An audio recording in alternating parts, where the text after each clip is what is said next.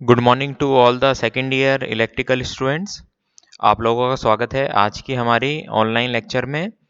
तो स्टूडेंट्स, आज का जो हमारा टॉपिक है वो है पावर एम्पलीफायर्स।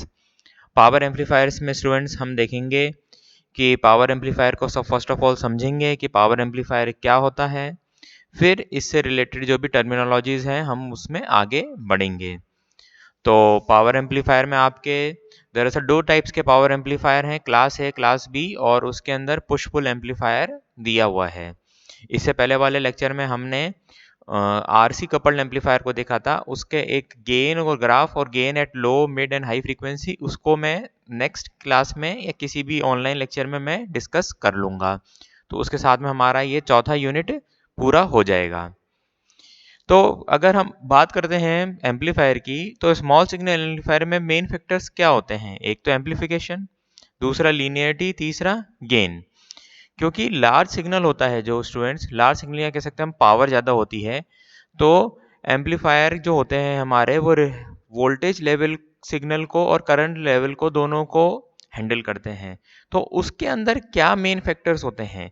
पहला तो एफिशिएंसी, दूसरा power capability, maximum power capability जिसको हम बोलते हैं, और तीसरा impedance matching to the output device, यानी जो भी आउटपुट कनेक्टेड है उससे उसके रेजिस्टेंस या हम कह सकते हैं जनरली इम्पीडेंस मैच होना चाहिए। ये फैक्टर्स हैं पावर एम्पलीफायर के।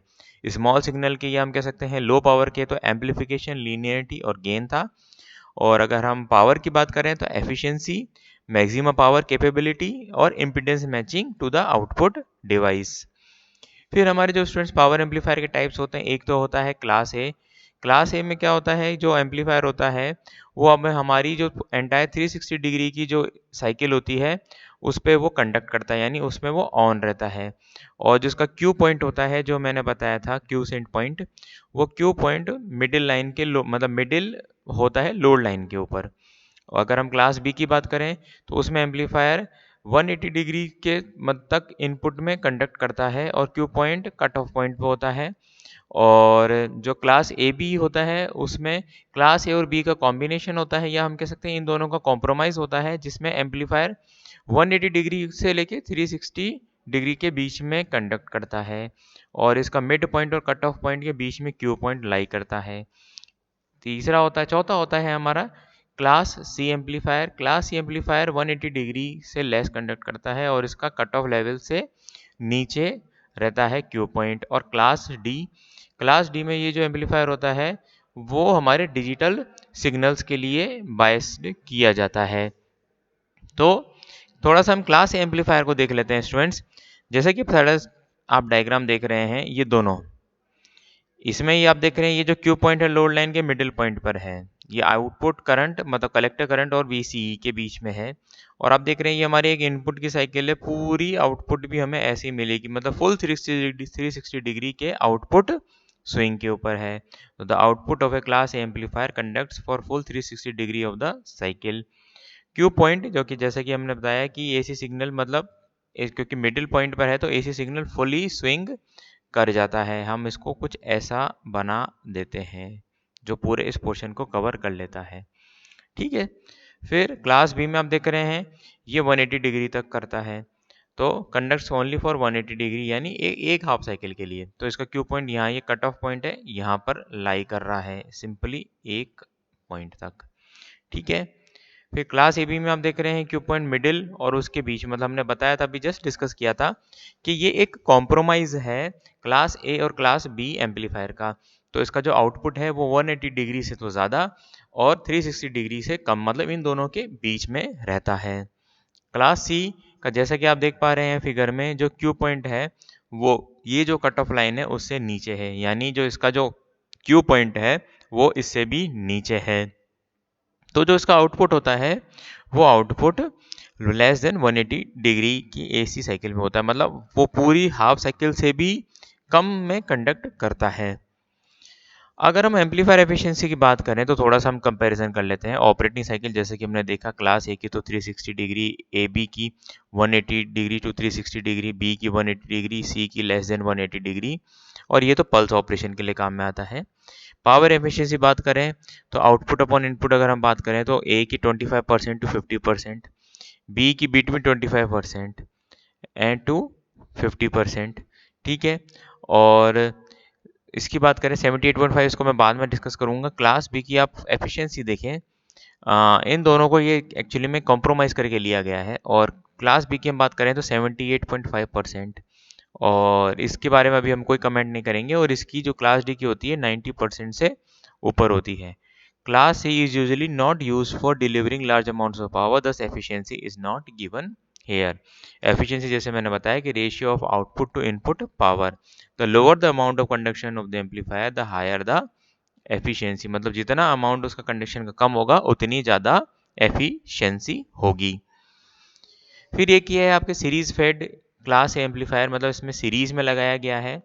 ये आपका एक एम्पलीफायर का टाइप है, इसमें सीरीज मतलब बेस में इनपुट में दिया जा रहा है, और ये आपका आउटपुट है, ये जो आरसी है आपका लोड रजिस्टर है, और इनपुट करंट आईबी जा रहा है, और यहाँ से हम आउटपुट ले रहे हैं, और ये इनपुट में हमारा एसी सिग्नल जा रहा है। और ये जो हमारा ट्रांजिस्टर यूज किया जा रहा है, इसको हम हाई पावर ट्रांजिस्टर भी कहते हैं। फिर जैसे कि आपके कुछ ऐसा ऑपरेशन है, मैं स्टूडेंट्स को रिकमेंड करूंगा कि इसको एक बार सीधा सीधा इस डायग्राम को पढ़ लें, मतलब समझ लें। ये आपका आउटपुट आ रहा है, वोल्टेज स्विंग, और आउटपुट ये करंट स्विंग है, और ये आपका इनपुट सिग्नल है। तो जैसे जैसे मिलता जा रहा है उसके अकॉर्डिंग ये आउटपुट हमें मिलता जा रहा है। आप देख पा रहे हैं आपकी पूरी इनपुट साइकिल है, मतलब 180 डिग्री पूरी, और अगली 180 डिग्री पूरी, यानी पूरी 360 डिग्री तक है। जिस प्रकार से आपको करंट मिल रहा है उसी प्रकार वोल्टेज मिल रहा है, उसी प्रकार से आपको करंट मिल रहा है। फिर अगर हम इनपुट पावर की बात करें, the power into the amplifier is from DC supply, मतलब जो डीसी सप्लाई से दिया जाता है इनपुट के लिए into amplifier with no input signal. अगर कोई इनपुट सिग्नल नहीं होता है तो जो हमारा डीसी करंट होता है वो ड्रॉन होता है, जो कि बायस कलेक्टर करंट कहलाता है, जिसको हम आईसी क्यू बोलते हैं। ये से कुछ रिलेटेड फार्मूलाज हैं जिनको स्टूडेंट्स ध्यान में रख लें। आउटपुट पावर डीसी होता है V C R M S into I C R M S, या फिर हम कह सकते हैं I C R M S square into R C, यानी आई स्क्वायर आर। और ये हमारी एफिशिएंसी आती है output power upon input power AC के टर्म्स में। फिर एक क्वेश्चन दिया हुआ है स्टूडेंट्स, इसको आप सॉल्व करके देखें। और फिर ट्रांसफार्मर कपल्ड, ये एक हमारा ट्रांसफार्मर कपल्ड है, हमने आर सी के बजाय हमने एक ट्रांसफार्मर कपल्ड लगा दिया, मतलब एक ट्रांसफार्मर लगा दिया, और हम यहाँ पर लोड पे आउटपुट ले रहे हैं। इसकी इम्प्रूव एफिशिएंसी जैसे हमने बताया था 25% होती है पहले वाले की, और ट्रांसफार्मर कपलिंग के कारण इसकी एफिशिएंसी 50% तक राइज हो जाती है। फिर ट्रांसफार्मर एक्शन का एक बार आप इसको देख लें, V2 upon V1 equal to N2 upon M1, ये हमारा जो फॉर्मूला है। करंट का भी सेम होता है, I2 अपॉन I1 में upon N1 upon N2, just उल्टा। तो इम्पीडेंस हम निकालेंगे तो कुछ इस तरीके से आएगा। फिर ट्रांसफार्मर कपल्ड में आप देख पा रहे हैं ये आपका सेम ऑपरेटिंग पॉइंट मिडिल वाला, ये आपका कलेक्टर करंट का आउटपुट, और ये कलेक्टर वोल्टेज का वेरिएशन। ठीक है, फिर सिग्नल स्विंग के बारे में दिया हुआ है, और ये आपका स्टेट फार्मूला सीधा फार्मूला है। ये आई एम मतलब मैक्सिमम, मैंने इसको सबस्क्रिप्ट में लिख दिया है। ये आपको सिंपली ध्यान रखना है, इसका सीधा सीधा बेस जिसके ऊपर क्वेश्चन आता है। फिर इसकी एफिशिएंसी हमने निकालते हैं तो वो आती है 50%, और इसके बेस के ऊपर फाइनली एक न्यूमेरिकल दिया है मैंने, इसको आप जरूर सॉल्व करके देखें। फिर क्लास बी एम्पलीफायर की बात करें, क्लास बी एम्पलीफायर में स्टूडेंट्स जैसे कि आप देख पा रहे हैं ट्रांजिस्टर बायस जस्ट ऑफ, मतलब जो बायस होता है वो जस्ट ऑफ रहता है, मतलब वो जो एसी सिग्नल है वो ही ट्रांजिस्टर को ऑन करता है, और उसी के बेसिस कारण ही ट्रांजिस्टर ऑफ होता है, मतलब डीसी का इसमें कोई रोल नहीं रहता बायसिंग पॉइंट ऑफ व्यू से। Transistor only conducts when it is turned by 1/2 of AC cycle. In order to get full AC cycle, अगर हमें फुल एसी साइकिल चाहिए तो हमें दो ट्रांजिस्टर की जरूरत पड़ेगी, जो एक बार के लिए काम करे और अनदर 180 डिग्री के लिए दूसरा काम करे। तो जो हमारा एनपीएन ट्रांजिस्टर होता है वो तो हमें नेगेटिव हाफ साइकिल के लिए मतलब कंडक्ट प्रोवाइड कराता है, और पीएनपी हमें पॉजिटिव हाफ साइकिल के लिए कंडक्शन प्रोवाइड कराता है। अगर इसकी बात करें एफिशिएंसी तो वो 78.5% आती है। इसको आप सीधा फार्मूला ध्यान रखें। फिर ट्रांसफार्मर कपल्ड, इसको हम पुश पुल एम्पलीफायर भी बोलते हैं, जो आपके इंपॉर्टेंट है। इसका सर्किट डायग्राम को समझें, ये देखिए दो टाइप के हैं। ट्रांसफार्मर कपलिंग मीन्स हम इनपुट और आउटपुट में हम ट्रांसफार्मर से हमने ले रखा है, मतलब लोड में भी है हमारा और इनपुट में भी है। तो ये आपके लिए स्पेशली बायसिंग नेटवर्क है जो इतना ही बायस अलाउ करेगा कि जस्ट कट ऑफ में रहे।